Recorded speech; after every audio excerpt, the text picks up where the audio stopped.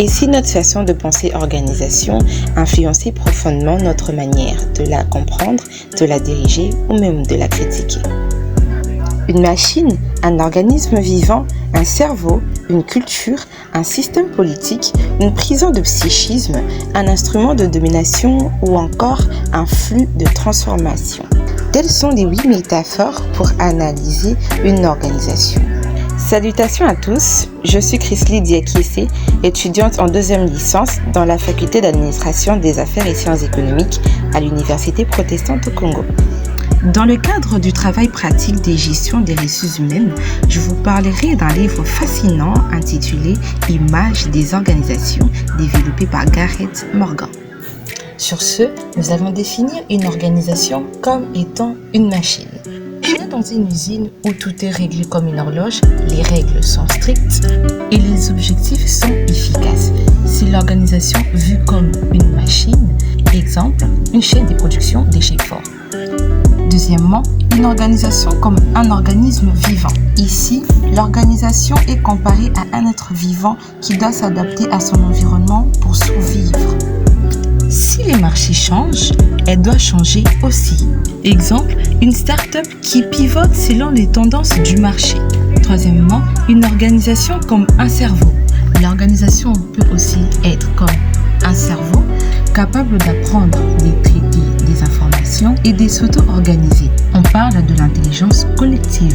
Un exemple typique, les entreprises qui utilisent l'intelligence artificielle ou les modèles agiles. Quatrièmement, organisation comme culture. Chaque entreprise a une culture, des valeurs, des rituels, des langages. Cette métaphore nous dit qu'il faut comprendre ces éléments pour bien fonctionner dans l'organisation. À titre exemplatif, Google et sa culture de l'innovation et de la liberté.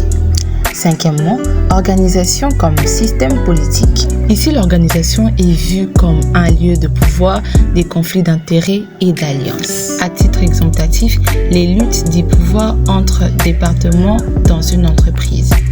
Sixièmement, une organisation comme une prison psychique. Parfois, des organisations nous enferment dans des habitudes, des peurs, des croyances. On perd notre créativité. C'est ce que Morgan appelle prison des psychismes. Exemple, une entreprise qui refuse d'innover par peur de changement. Septièmement, organisation comme flux de transformation. Ici, l'organisation est vue comme un processus vivant, toujours en mouvement.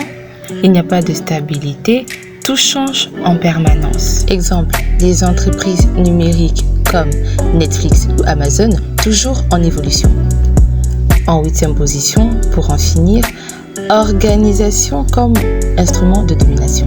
Enfin, l'organisation peut être vue comme un outil pour dominer ou exploiter. Certains y trouvent leur intérêt et d'autres y perdent leur pouvoir.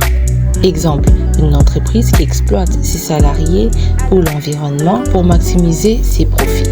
Alors, en guise de conclusion, sur ce petit résumé du livre de Gareth Morgan, Images des organisations, qu'est-ce que nous pouvons retenir? Alors, il n'existe pas une seule manière de voir une organisation, il faut les utiliser de plusieurs images, plusieurs points de vue pour mieux comprendre ce qui se passe. Et surtout, que chaque métaphore a ses forces, mais aussi ses limites. C'était Chrisley Diakiese, étudiante en licence 2 pour les comptes du travail pratique des gestions des ressources humaines. Merci d'avoir suivi cette vidéo et à la prochaine.